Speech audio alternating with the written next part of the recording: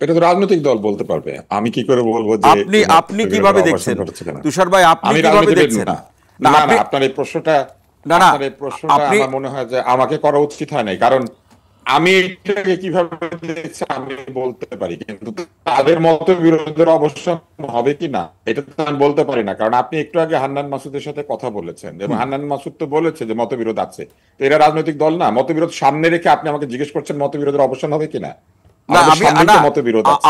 আমি হান্নান জিজ্ঞেস মাসুদ করছি, এইমাত্র বলেছে যে এখানে তুষার ভাই, মতবিরোধ আছে। তুষার ভাই আপনি যদি শুনেন, আপনি জিজ্ঞেস করছি একজন নাগরিক হিসেবে আপনি মনে করেন কিনা যে এর অবসান হলো কিনা।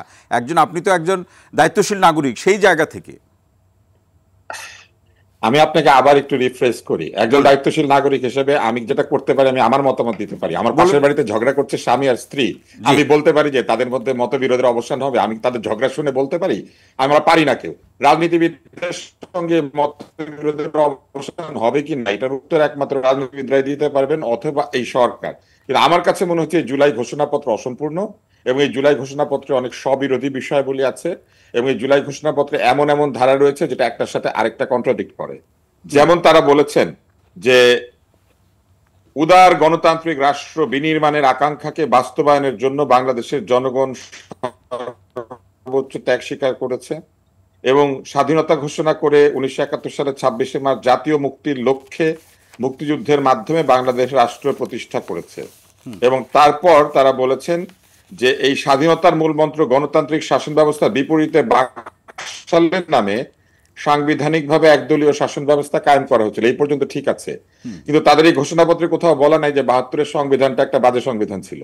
এখন কিন্তু তারা সেই সংবিধানকে সংস্কার করতে চান এবং সেইখানে তারা আওয়ামী লীগকে এককভাবে দোষী করেছেন, যেন বাংলাদেশে সংবিধান সংশোধনী আর কোন সরকার কিংবা আর কোন রাজনৈতিক দল করে নাই। তারপরে তারা একটা সুন্দর সুন্দর কথা বলেছেন, যে এখানে আরেকটা জায়গা আছে।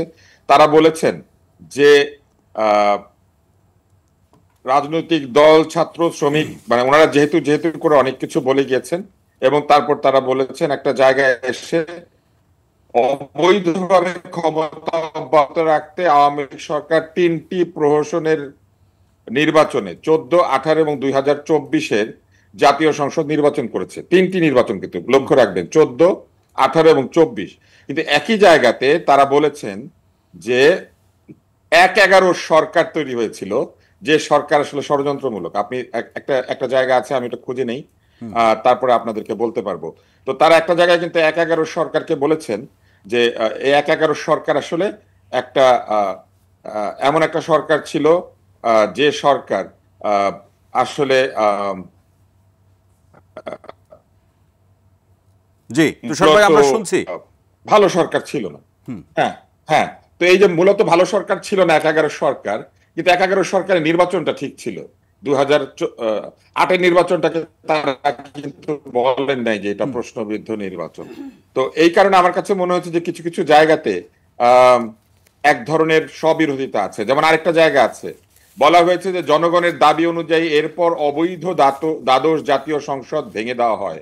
অবৈধ দ্বাদশ জাতীয় সংসদ ভেঙে দিয়েছেন তিনি সেই সংসদ দিয়ে, বা এরকম একটি অবৈধ সংসদ দিয়ে নির্বাচিত রাষ্ট্রপতি